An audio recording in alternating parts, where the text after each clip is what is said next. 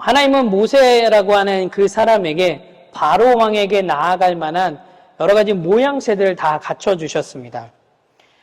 그런데 하나님의 명령대로 바로에게 나아가 하나님의 말씀을 전했지만 도리어 이스라엘 백성들의 삶은 더욱더 힘들어졌습니다. 그리고 모든 이스라엘 사람들은 모세를 비난하기 시작을 했죠. 그래서 모세는 하나님 앞에 불평을 쏟아놓습니다. 하지만 하나님께서는 또다시 모세에게 이스라엘 백성을 애굽에서 인도하여 낼 것이다 라고 이야기를 해주시죠. 사실 이 내용이 1장에서부터 7장 초반절까지의 내용입니다. 근데 성경은 사실은 단순한 이 내용들을 많은 부분을 할애해서 사용을 하고 있습니다. 그 이유는 무엇일까요? 왜 이렇게 성경은 많은 부분들을 이 아주 단순한 내용들을 간략하게도 표현할 수 있는 내용들을 할애를 해서 이야기를 하고 있을까요? 정작 하나님과 모세가 나눈 이야기들을 좀 잘 살펴보면 반복되는 좀 동일한 내용들이 있습니다. 그게 무엇이냐면 하나님이 이스라엘 백성을 애굽에서 건져낼 것이다 라는 내용들이 사실은 계속 반복되고 있습니다. 왜 출애굽기는 이렇게 많은 부분들을 할애해서 동일한 내용들을 반복하고 있을까요?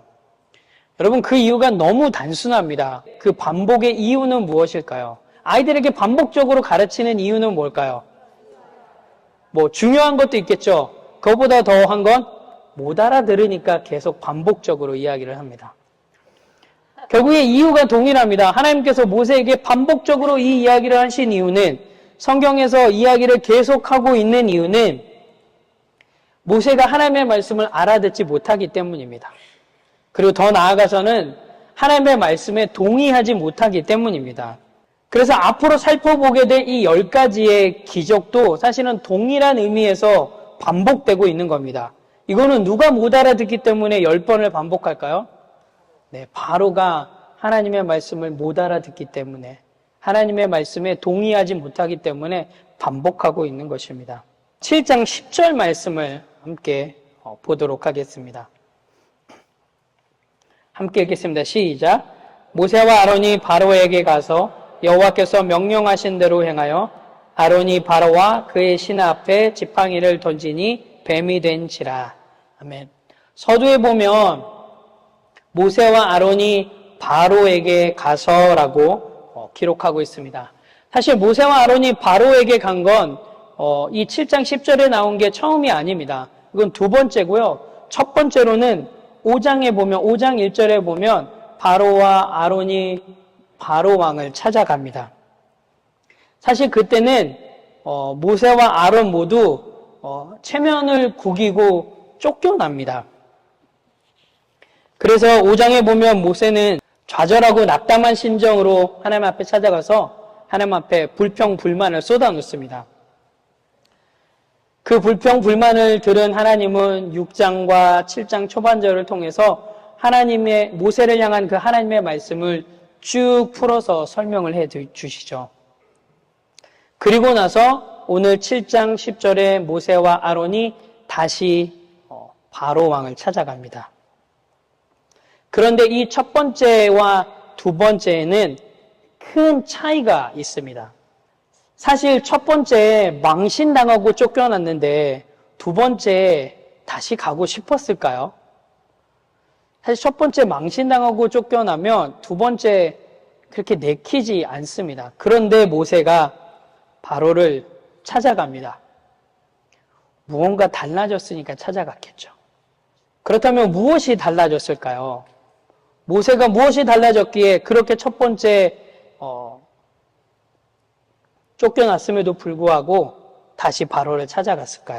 첫 번째 바로에게 나아갔을 때 모세는 자신이 위험을 무릅쓰고 바로에게 나아갔으나 도리어 망신만 당하고 왔다라고 생각을 했던 것 같습니다.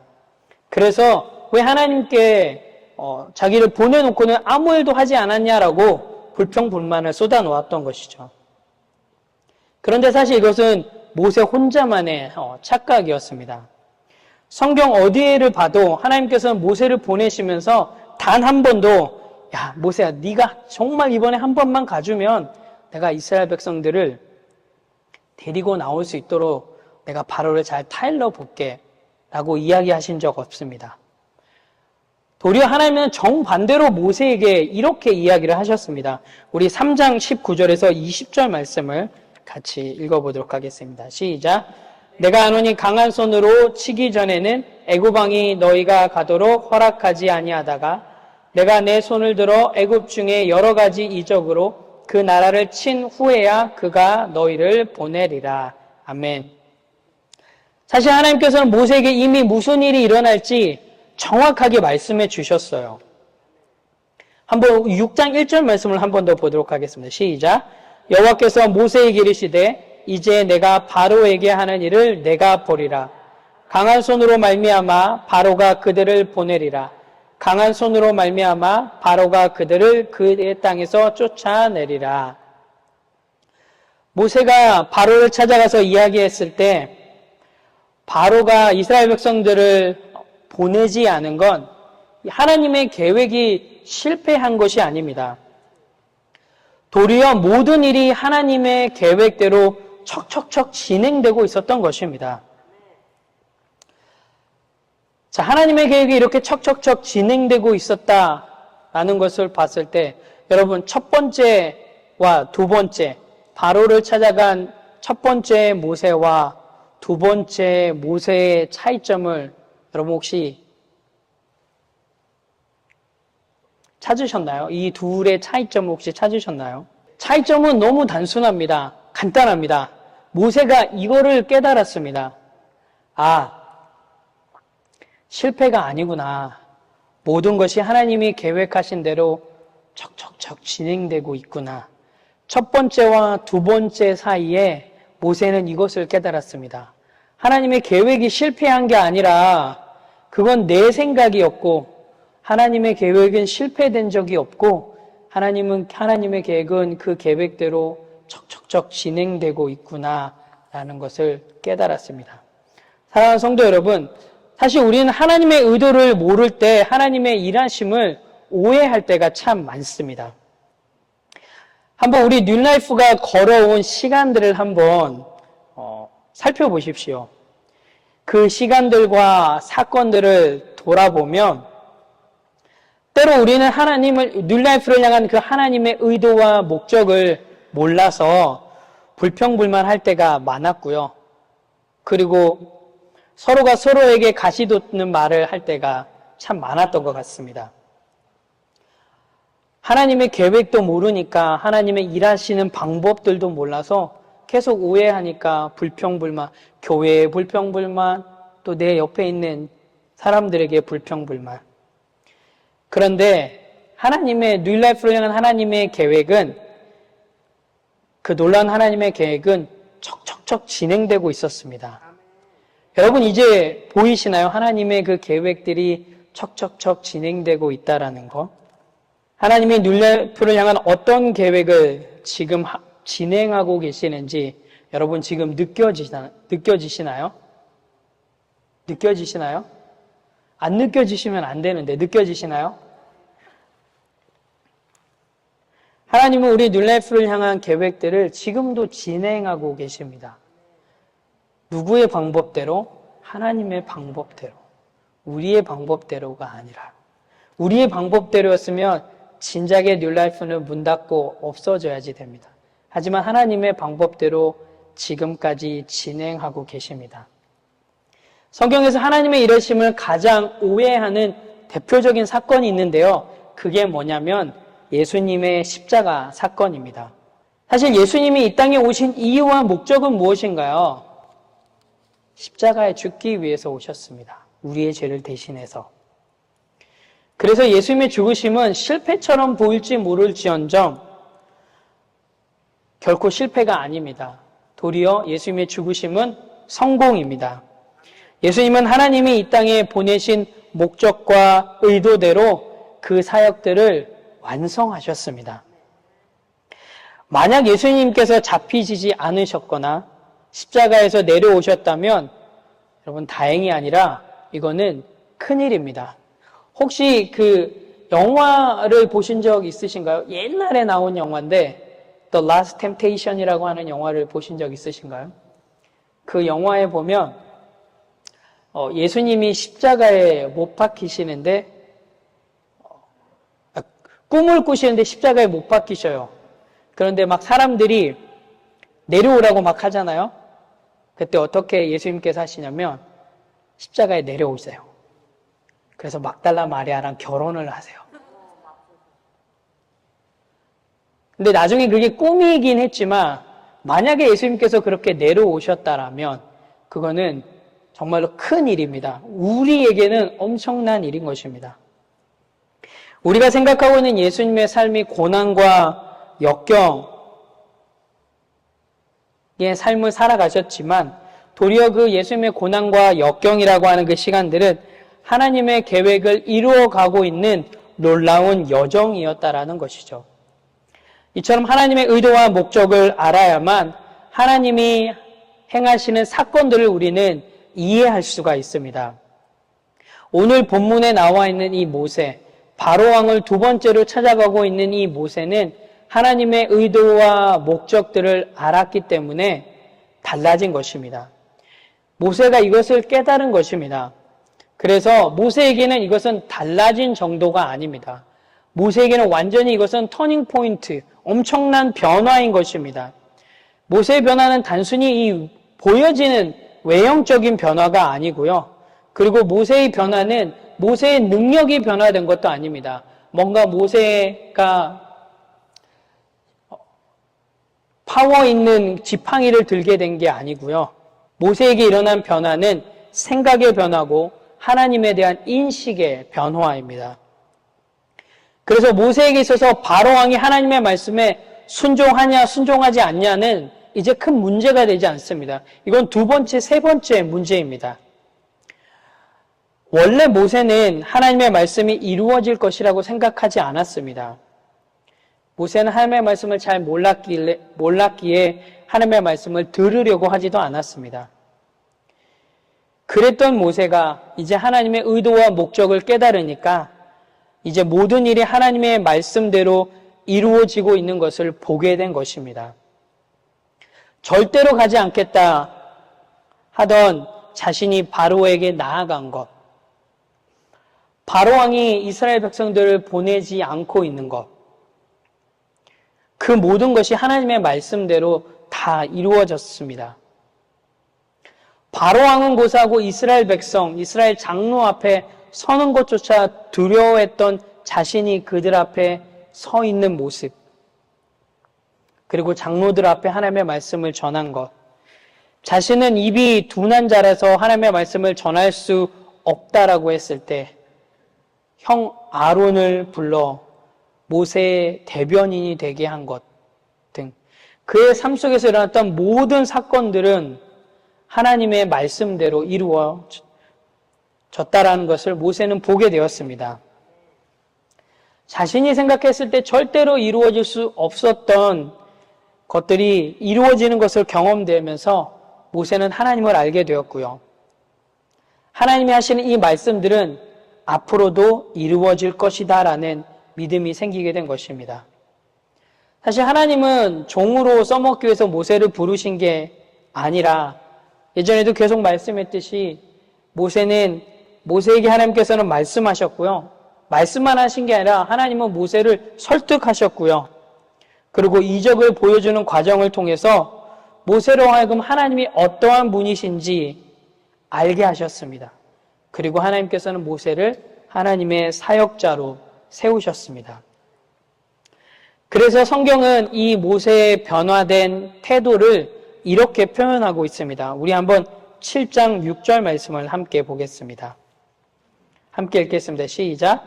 모세와 아론이 여호와께서 자기에게 명령하신 대로 행하였더라. 아멘. 모세가 변한 것은 하나님을 알게 되었기 때문입니다. 하나님을 알게 되자 모세의 생각과 행동이 변하게 된 것이죠. 모세가 다시 바로 앞에 나아갔습니다. 모세가 처음에 바로 앞에 나아갔을 때 모세가 한 것은 그냥 말만 전하고 나왔습니다. 그런데 7장에서는 하나님의 말만 전한 게 아니라 이제 이적이 등장합니다. 하나님은 이번에도 모세를 그냥 보내시지 않으셨습니다. 하나님께서는 모세를 보내실 때 그냥 가서 내 말만 전해라고 보내시지 않고요. 앞으로 하나님이 일하실 모든 과정을 미리 알려주시고 보내셨습니다. 그래서 모세는 하나님이 계획하신 그 약속을 믿고 다시 바로 앞에 나아갈 수 있었던 것이죠. 우리 8절, 9절 말씀을 같이 읽어보도록 하겠습니다. 여호와께서 모세와 아론에게 말씀하여 이르시되 바로가 너희에게 이르기를 너희는 이적을 보이라 하거든 너는 아론에게 말하기를 너의 지팡이를 들어서 바로 앞에 던지라 하라. 그것이 뱀이 되리라. 하나님은 바로가 모세에게 이적을 보일 것을 요구할 것이라는 것도 미리 말씀해 주셨습니다. 이 말씀을 들은 모세는 이제 바로의 행동, 바로의 반응, 바로의 요구가 100% 이해됐을 것입니다. 왜냐하면 자신도 하나님을 모르기 전에는 이렇게 반응했었으니까. 모세가 하나님을 모를 때 하나님 앞에 이적을 요구했던 그 모습은 단순히 불신앙의 모습이 아닙니다. 하나님에 대해 아무것도 모른 채 그냥 믿거나 옛날에 얘기했듯이 성경을 덮어놓고 믿는 것이 좋은 믿음이라고 착각하지 마십시오. 이러한 모습들은 하나님을 모르는 사람들이 갖고 있는 지극히 당연한 행동입니다. 김 목사님이 설교 때도 얘기했듯이 그때는 그럴 수 있습니다. 하나님을 모를 때는 그렇게 행동할 수밖에 없습니다. 모세는 이제 이거를 알게 됩니다. 바로가 그렇게 반응하는 거 하나님을 모르기 때문에 할 수밖에 없는 반응. 혹시 우리 주변에 누군가의 반응을 볼 때 아직 예수님을 만나지 않으셨구나. 그래서 이렇게 반응할 수밖에 없구나. 모세가 처음 바로왕에 나아갔을 때 바로는 모세를 무시했습니다. 어떻게 무시했냐면 5장 2절에 이렇게 얘기합니다. 여호와가 누구이기에 내가 그 말을 듣냐. 무시해버립니다. 그렇다고 두 번째 모세가 바로왕을 갔을 때 바로가 모세를 대하는 행동들이 변했을까요? 아니요. 절대로 변하지 않았습니다. 모세에게 관심도 없고요. 모세가 이야기하고 있는 여호와라는 야훼라고 하는 그 신에게는 조금도 관심이 없었습니다. 그래서 바로왕은 모세에게 성경에서 이야기하고 있듯이 이적을 요구합니다. 그 이적을 요구하는 데는 두 가지 이유가 있는데요. 첫 번째는 모세는 이적을 행할 수 없는 사람이다 라고 생각했기 때문입니다. 그리고 두 번째는 아무리 모세가 이적을 행한다 할지라도 우리 사람들, 바로의 술객이나 바로의 사람들은 훨씬 뛰어날 것이다 라고 생각했기 때문에 당당하게 모세에게 이적을 요구했던 것입니다. 모세에게 이적을 요구함으로써 바로가 믿는 신, 바로의 술객들, 애굽의 신들이 모세가 이야기하고 있는 그 여호와라고 하는 그 신보다 훨씬 더 능력이 많다라는 것들을 과시하기 위해서, 그래서 모세의 요구를 들어주지 않기 위해서 이제 이적을 요구한 것입니다. 실제로 모세가 바로왕 앞에 나아가자 모든 일이 하나님의 말씀하신 대로 이루어졌습니다. 아론이 지팡이를 던지자 뱀이 되었습니다. 자, 그런데 사실 여러분, 제가 지팡이를 던졌는데 뱀이 되면 이거는 놀라운 일이잖아요. 근데 성경을 보면 바로는 지팡이가 뱀으로 변한 이 사건에 대해서 조금도 놀라지 않습니다. 그 이유를 11절에서 이렇게 이야기하고 있는데요. 우리 11절 말씀을 함께 보겠습니다. 함께 읽겠습니다. 바로도 현인들과 마술사들을 부르매 그 애굽 요술사들도 그들의 요술로 그와 같이 행하되, 아마도 그동안 애굽의 신전과 신궁에서 많은 술객들이 행한 많은 이적을 보았기 때문에 바로도 이 지팡이가 뱀으로 변하는 이 이적이 그렇게 신기하거나 놀라워 하지 않았던 것 같습니다. 더욱이 아론의 지팡이, 그 뱀이 다른 술객들의 지팡이 뱀을 잡아먹었음에도 불구하고 눈 하나 깜짝하지 않습니다. 13절 말씀을 같이 볼까요? 함께 읽겠습니다. 그러나 바로의 마음이 완악하여 그들의 말을 듣지 아니하니 여호와의 말씀과 같더라. 자, 본문에 나와 있는 이 마음이 완악하여 라는 표현은 나쁜 표현만이 아닙니다. 바로가 강팍하고 그리고 완악하고 고집이 세다라는 표현만도 아닙니다. 또는 하나님이 일부러 바로의 마음을 조종하여서 완악하고 강팍하게 만들었다라는 것도 아닙니다.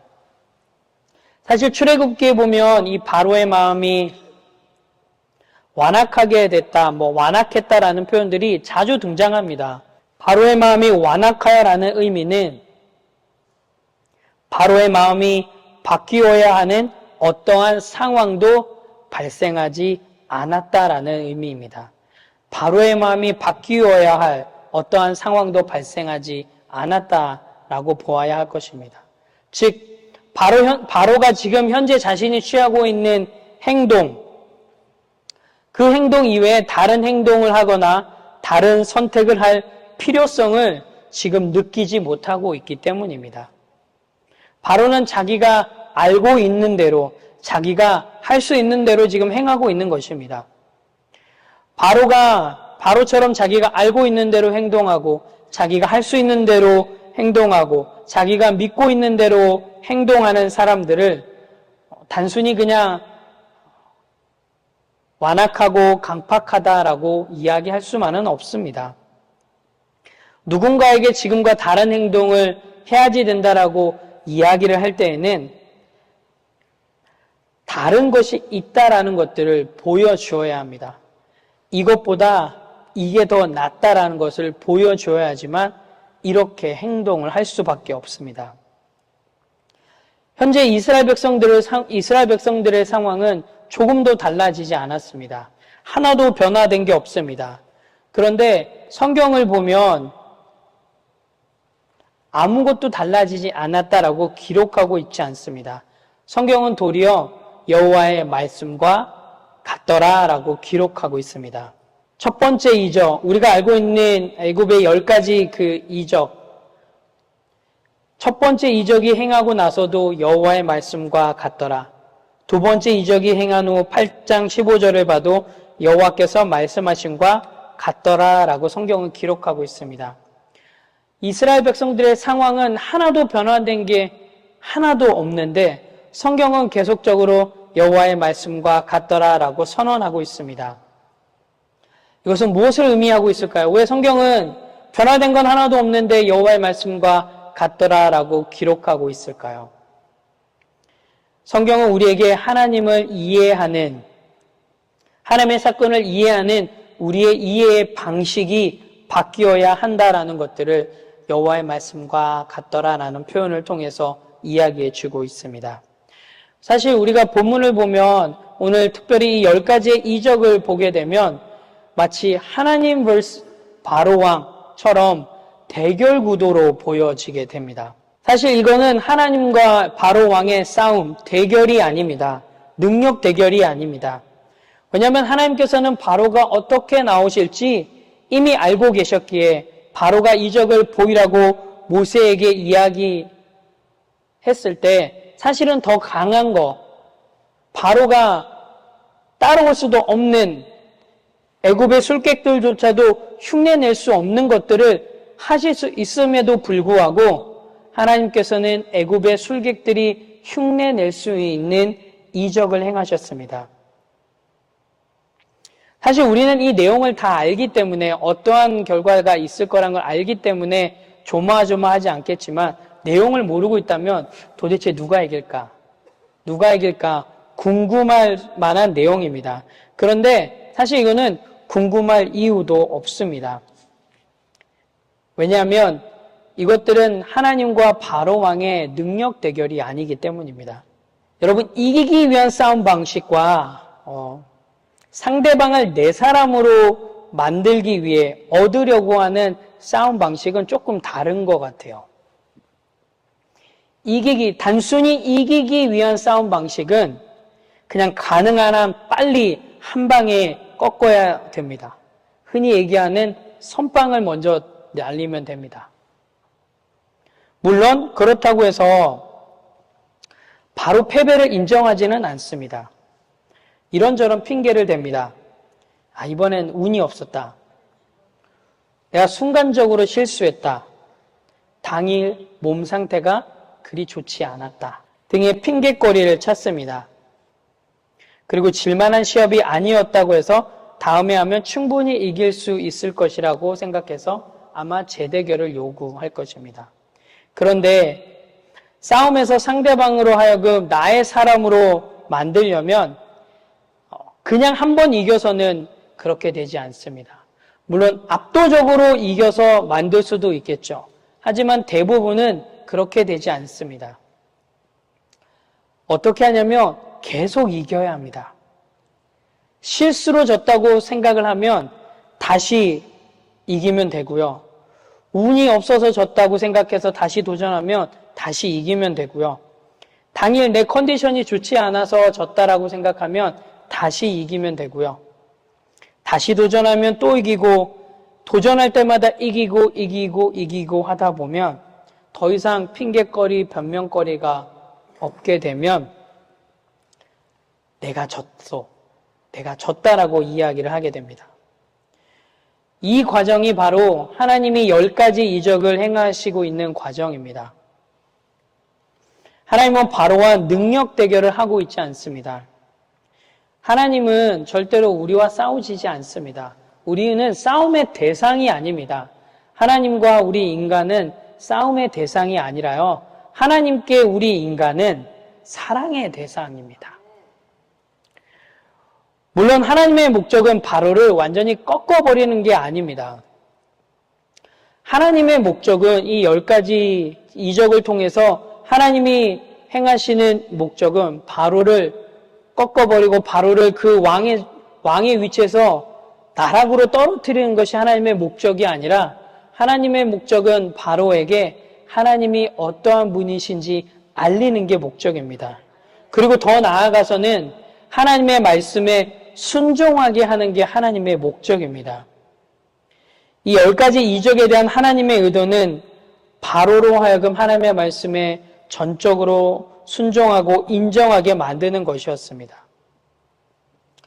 이런 의도를 바로는 모르니까 계속 그렇게 행하겠죠. 그런데 우리가 이런 의도를 알고 이 10가지 이적을 보면 나타나는 과정, 그에 따르는 결과까지도 사실은 예상이 됩니다. 우리 7장 14절 말씀을 함께 보겠습니다. 여호와께서 모세에게 이르시되 바로의 마음이 완강하여 백성 보내기를 거절하는도다. 여기서 바로가 하나님의 말씀대로 보내기를 거절한다고, 여러분, 하나님이 무기력한 것이 아닙니다. 하나님이 바로의 이 완강한 성격 때문에 하나님이 쩔쩔매고 있는 것도 아닙니다. 어떤 분들은 출애굽기 10가지 재앙이라고 하는데요. 저는 재앙이라는 표현보다 이적이 맞다고 생각합니다. 이 10가지 이적은 이스라엘이 잘해서가 아니라, 그리고 애굽이 못해서 받는 재앙이 아닙니다. 하나님은 온 세상의 하나님이십니다. 모세의 하나님이시면 바로의 하나님도 되십니다. 그리고 이스라엘의 하나님이시면 애굽의 하나님도 되십니다. 그래서 우리를 향한 하나님의 일하심의 목적은 이 세상 모든 사람들이 하나님을 알게 하는 게 하나님의 목적입니다. 그 예수님도 이 땅에 오셨을 때 동일한 목적으로 오셨습니다. 제자들에게, 이 땅의 마지막 사명으로 제자들에게 주신 땅 끝까지 이르러 내 증인이 되라. 모든 사람들에게 하나님을 알게 하는 게 하나님의 목적입니다. 하나님께서는 그래서 모세에게 이렇게 이야기를 하십니다. 출애굽기 3장 11절, 12절 말씀을 같이 보도록 하겠습니다. 함께 읽겠습니다. 시작.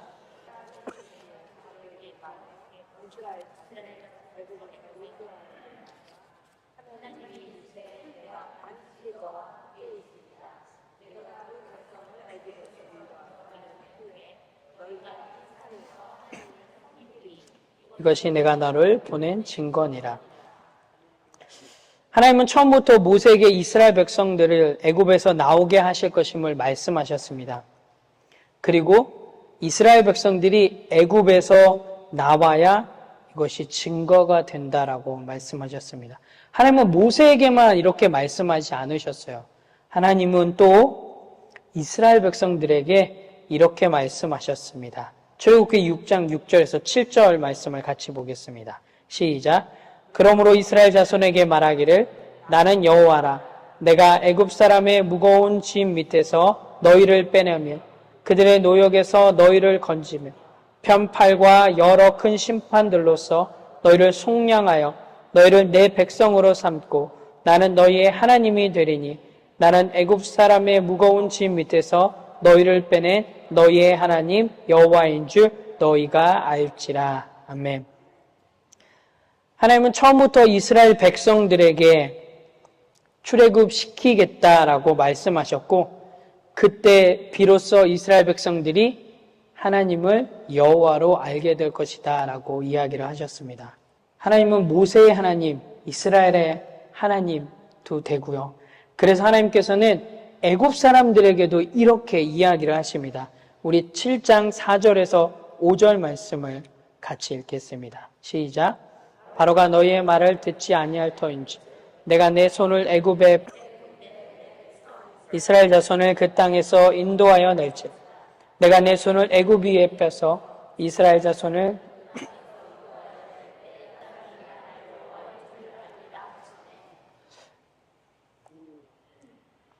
하나님은 처음부터 10가지 이적을 행하시고 결국 이스라엘이 출애굽할 것이고 그때 모세도 그리고 이스라엘 백성도 애굽도 바로도 누구를 알게 될 거라고 이야기를 하고 계시나요? 하나님을 알게 될 것이다 라고 이야기를 하십니다. 그래서 결국에는 우리 모두가 다 하나님을 알게 될 것이라고 하나님께서는 계속적으로 말씀해 주고 계십니다. 왜 계속적으로 말씀해 주시나요? 못 알아들으니까.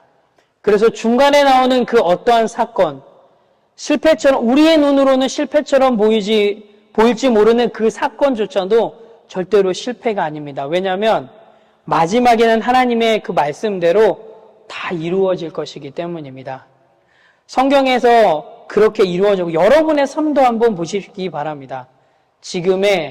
지금까지 살아오는 그 순간순간 실패였던 것처럼 보였던 그 사건들이 쌓이고 보다 보니까 그 모든 것들이 하나님의 말씀대로 이루어졌다라는 것들 여러분의 삶 속에서 아마 경험하셨으리라고 믿습니다. 더 나아가서 한번 우리 뉴라이프가 걸어왔던 25년의 시간들을 한번 잘 생각해 보기를 원합니다. 물론 중간중간에 우리가 실패처럼 보였던 사건들이 많이 있었습니다. 문제들이 없지 않았죠. 문제들이 참 많았습니다. 그런데 그 문제들이 쌓여서 사건들이 쌓여서 지금 우리 공동체가 이루어졌고요. 그리고 그 사건들을 통해서 저와 여러분들이 분명히 경험한 것이 있을 것입니다. 각자 다른 경험들이겠지만 분명히 여러분의 삶 가운데 하나님께서 이루신 것들이 있을 것입니다. 저는 믿습니다. 뉴라이프를 향한 하나님의 목적은 하나님을 바로 아는 그리고 하나님을 바로 알아서 말씀대로 실천하고 실행하는 건강한 교회, 건강한 성도를 세우는 것이라고 저는 믿습니다. 그리고 지금 우리는 그 과정을 지나가고 있다라고 믿습니다. 그래서 그 과정 중에 있기에 어떠한 문제가 있어도 저는 실패라고 생각하지 않습니다. 왜냐하면 우리는 완벽하지 않기 때문에 모든 것을 다 완벽하게 할 수는 없습니다. 분명히 우리 안에 미스테이크들, 실수들이 있을 것입니다. 하지만 저는 그렇다고 해서 우리 뉴라이프가 실패했다라고 생각하지 않습니다. 분명히 하나님의 말씀대로 이루어지리라고 믿습니다. 오늘 말씀에서 이야기하고 있는 것처럼 여러분의 삶 속에서도 하나님께서 말씀대로 이루셨음을 경험하셨던 것처럼, 아니 지금도 여러분이 경험하고 있으신 것처럼 더 나아가서는 앞으로 하나님의 말씀대로 이루어질 것을 분명히 경험하실 것입니다. 사랑하는 뉴라이프 형제 자매 여러분, 하나님은 지금도 저와 여러분에게 동일하게 이렇게 이야기하고 계십니다. 너희가 나를 여호와인 줄 알리라. 아멘. 하나님은 계속 하나님이 어떠한 분이신지 우리에게 알려주시기를 원하세요. 제발 내 얘기 좀 들어볼래? 내가 너를 창조한 창조자야. 내가 너를 구원한 구원자야. 내가 너를 지금까지 인도한 에베네셀의 하나님이야. 내가 너와 함께하고 있는 임마누엘의 하나님이야. 하나님은 계속 우리에게 이야기해주고 계십니다. 왜냐고요? 우리가 못 알아들으니까. 그리고 하나님의 그 말씀들은 계속 우리들의 삶을 통해서 이루어질 것입니다. 물론 때로는 넘어지고 때로는 좌절되고 때로는 절망되는 순간들이 있을지 모르겠지만 궁극에는 하나님의 말씀은 여러분의 삶을 통해서 이루어지실 겁니다. 이번 한 주간도 하나님의 말씀을 듣고 읽고 그 말씀에 순종하고 그 말씀대로 살아내 보십시오. 물론 쉽지 않습니다. 목사인 저도 하나님의 말씀대로 살아내는 거 쉽지 않습니다. 아니 제 힘으로는 못하는 것 같습니다.